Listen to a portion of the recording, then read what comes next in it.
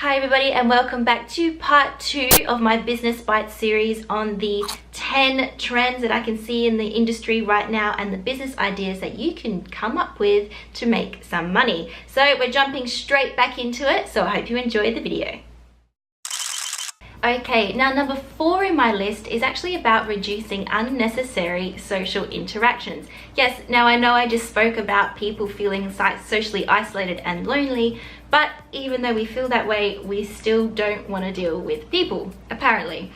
I mean, I have to admit, if I go to the supermarket, the first thing that I do is beeline straight for that self-service checkout because I don't want to talk to people, especially when I'm in another country. I know, but I get anxiety around, chit chat and not knowing the numbers correctly and all of that. I'm an anxious little being, and apparently a lot of other people in the world are. Now, we can see this in the market with things like food delivery services. We're talking Uber Eats, Postmates, Deliveroo. Uber Eats, I love you. They have all identified that we don't want to leave the house if we don't have to, and if you can bring it to us, then that's even better. Now we can order everything online, the delivery man brings it to us, and even if you don't want to deal with the delivery man, say you're ordering from Amazon, you can hire an Amazon locker and it will be waiting for you when you're ready to go and pick it up, when you're feeling socially empowered and emotionally ready to leave the house and go and get your package. Now I think it won't be long before all the houses are built with chimneys, like Santa can just come with a drone and drop our deliveries down into this perfect little spot in our house, and we won't even have to open the front door.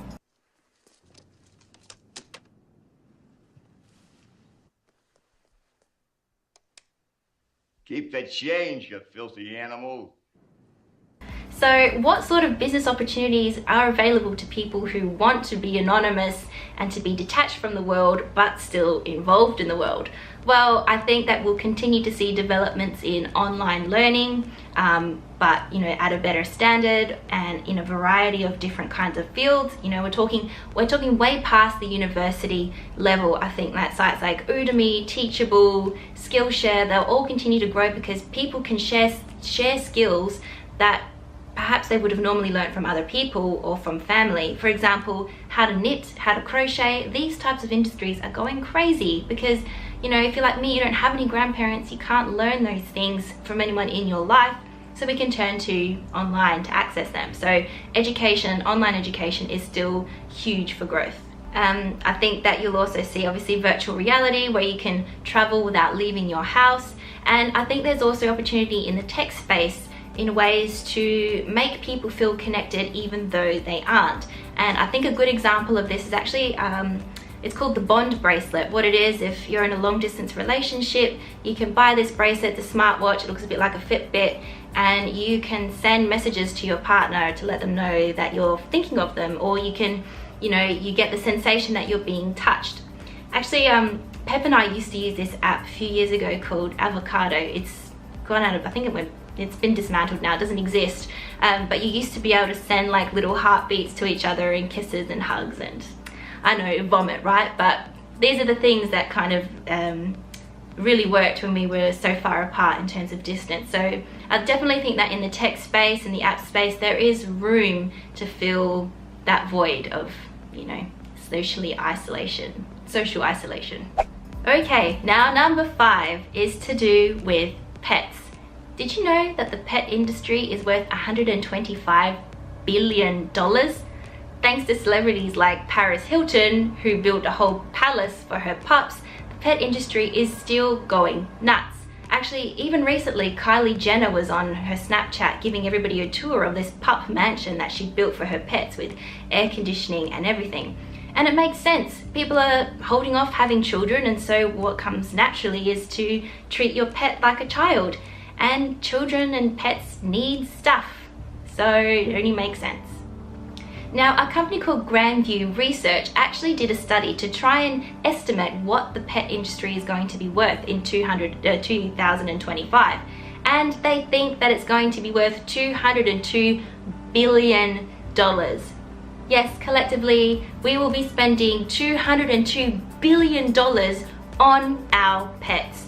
They also expect that the biggest pet of growth, yes, the pet that will experience the biggest amount of growth is actually going to be cats.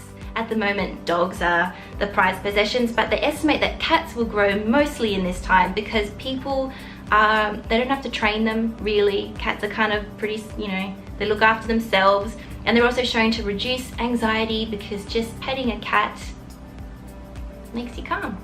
I'm allowed to I'm allowed to touch you because I'm allowed to touch you because of all the things that I'm allowed to touch my own cat because of all the things. Oh. So what are the business opportunities in this $202 billion pet industry? Well, my biggest one that I can see happening very, very quickly is pet food delivery services. I don't know if biohacking has actually met the pet level, but hey, if you can biohack your pets and get food developed for them, delivered straight to your house, which is gourmet, eco-friendly, considers the environment, and it's a high quality, then I think that you're probably onto something there. The tech space will continue to grow. Things like, which you're already seeing now, things like the little cameras where you can access them through an app on your phone. You can see your pets doing their thing in the house, and you can even remotely feed them treats if you're feeling guilty. Also things like apps that can communicate to the collar of your pet, so you can check their what do you call them, their health stats, you know, their pulse, all of this kind of thing. You'll be able to get that data straight onto your phone in terms of an app. Other things that I think we'll see a huge growth in the hospitality industry to do with pets. I know hotels like the W Hotel have identified that more and more people are traveling with their pets. So their room service menu actually has a pet section where you can order like room service for your pet. Which is, you know, pretty amazing. I think that even carrying on a little bit further from that is that we'll start to see a little bit of disruption within the airline and the travel space for people traveling with pets. You know, at the moment, if you're traveling with a pet and you're not first class, you end up putting your pet in like a special cargo carrier and, you know, underneath the plane or in a special section in the plane. I think that we'll see some disruption where you can opt to bring your pet on board with you for a specific fee, and as long as it's a particular type of pet. I also think that the pet sort of, what would you call it? Pet accommodation, pet hotels, doggy daycares, doggy spas, that kind of thing will continue to grow, so that if people are taking mini breaks and they can't take their pets with them, they can take them to these amazing doggy hotels where they get treated like kings and princesses and queens.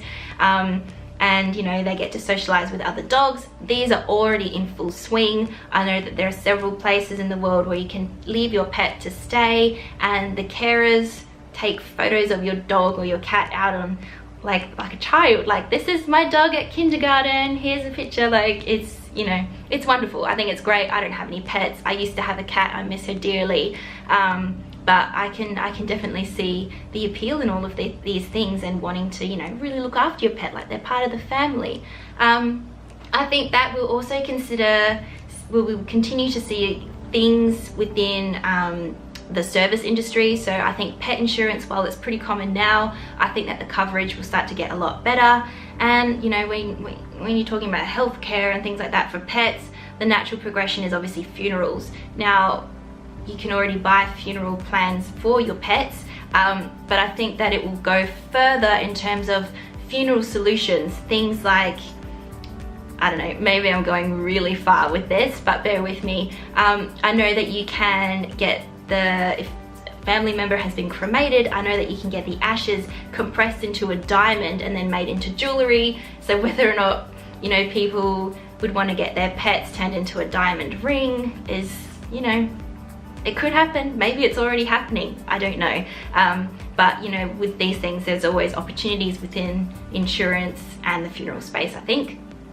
And I also think that there's opportunities for growth in terms of custom-made pet clothing, custom-made pet accessories that are, again, environmentally friendly and not mass-produced, and probably personalized too, with, like, you know, Rover on there. So I think if you're an atelier or an artisan and you have something to offer in that space, then you could be onto something as well. Number 6 is everybody's favorite lady, Marie Kondo. We're Marie Kondoing everything. Honestly, who would have thought that in 2019, one of the biggest trends that would be sweeping absolutely everywhere is about cleaning. Like, cleaning and organizing your stuff. Marie Kondo is doing amazing things, and it's really emphasizing this trend of, you know, owning less, appreciating more, and living more sustainably. Now, there are a few pillars that actually fall within this shift, and to me, the biggest one that I can identify is actually the share economy, because rather than owning things, we can rent them or borrow them to avoid cluttering up our space with lots of unnecessary crap. Now, we've seen industries already identifying that there is a movement in this space. Definitely in Australia, I know that a lot of people rent clothing. So if you have a wedding or something to go to, you can rent a dress for the day and then send it back, rather than spending, you know, $500 on a dress that you're going to wear once. So that's gathered a lot of space, a lot of momentum, I should say. Things also that I can see moving because of this Marie Kondo thing. Thrifting. I think thrifting is going to have a huge revival now, because all of a sudden everybody's picked up all their stuff and they've just decided to either sell it or get rid of it. So being eco-friendly, people are going to start thrifting again. Hello, nasty gal, I'm talking about this kind of thing. It's an original 1970s East-West calfskin motorcycle jacket in perfect condition. Know what you're worth? Because you just got played. Technology was going to follow suit, as it already has, with apps like Poshmark, where you can, it's basically a social platform where you can have your own little digital store and sell your clothing to your followers. It's kind of like a mash between Instagram, eBay kind of thing. So, you know, you see a lot of YouTubers saying that, oh, I've got this for sale on my Poshmark store, follow me and you can buy it. So that's another thing. You know, if I'm talking about the share economy, I'm talking about Airbnb, Uber, that kind of stuff. And I think now as well, we're seeing that, I hate using this word, but millennials, we get all grouped in together, but millennials, you know, we're now opting to rent rather than buy in many cases, because we prefer to use our discretionary income on things like travel, life experiences, and apparently avocado toast. So you think that young people have now got the prospect of never owning a home? Absolutely, when you're spending $40 a day on smashed avocado and coffees and not working, of course. So what are the business opportunities that lie within the share economy thanks to Marie Kondo's acceleration of the industry? Well, by no means have we seen the end of things like big disruptors like Spotify, where you don't need to buy the music, you can just rent the music. Bike sharing, scooter sharing, all of these kinds of things are going to continue to grow. If we're talking about real estate, I think that there's an area of growth within that market. And one of the biggest things, I think, especially in Australia, is the option to hire furniture to kit out your whole home. Now in Australia, quite often apartments are not furnished. In Europe they generally are, but in Australia the apartments come unfurnished. And so rather than having to buy all of this furniture for a house that, you know, it's not yours, you can't buy things that custom fit, I think that there's an opportunity in the market for someone to step in and actually offer renters the option to rent entire things for their house. At the moment, you can see the rental market for furniture and appliances in the real estate space, where people are staging their homes for sale. But I think that there needs to be kind of a cheaper solution, perhaps, where you can, you know, get a whole bunch of stuff for your house for a smaller fee, say $100, $150 a month, and you can get a sofa and a fridge and a couch and a bed and that kind of thing. Following on from that, I think there's also a little bit of disruption that can happen within the design space. So you know, as a landlord, you don't want your tenants ripping up your place and making all of these changes, but as a tenant, you want to be able to make the house feel like your own. So things like removable sticky tiles that leave no residue, perhaps floating floorboards, fake grass, this kind of stuff. So the accessories to improve the home and make it your own, I think will also see an increase. That being said, unrelated, but if you're a landlord and you have a house, your best option is obviously to keep the decorating of your house like a clean slate, so that you're more likely to rent it if it's like nice and blank. Other things I think we could see within the share economy is an increase in perhaps network providers to offer shared Wi-Fi connections. So I know that when I'm in Greece, I'm able to jump on to their phone network, where I can basically piggyback off of other people's Wi-Fi connections, so I don't have to make a contract myself. I think this will just continue to grow. I also think that there's probably space for neighborhood sharing, or do you say sharing? Neighborhood borrowing. So if you think back to it, you know, you've got your neighbor next door and they need to borrow a ladder. Well, you've got a ladder, they don't. There could be room to create some sort of, you know, formal borrowing app where you can go down the street and borrow your neighbor's ladder for a day and then return it. Homer, about those things you borrowed from me over the years, you know, the TV trays, the power sander, the downstairs bathtub. You gonna be needing those things in Cypress Creek? Yes. Oh.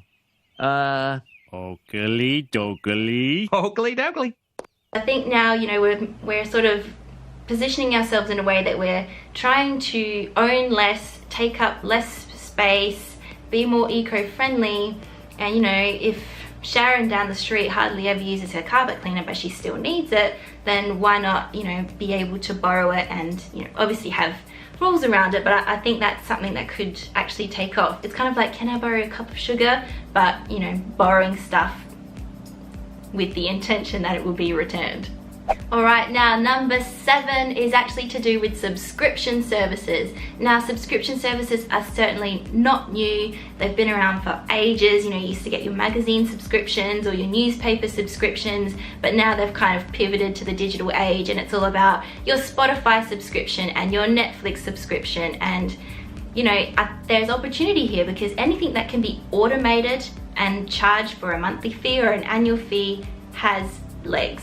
You know, for me, things I think that can experience more growth than what they have now are things like having a specific calendar set up with a company so that on everybody's particular birthdays, it automatically sends them flowers. Or for example, you know, sends my dad a bottle of scotch. You know, I'm in Europe and my dad's in Adelaide, but I know that this company on his birthday is going to send my dad a bottle of scotch, and the price for all of these things is broken up into a monthly fee, and I won't notice the impact.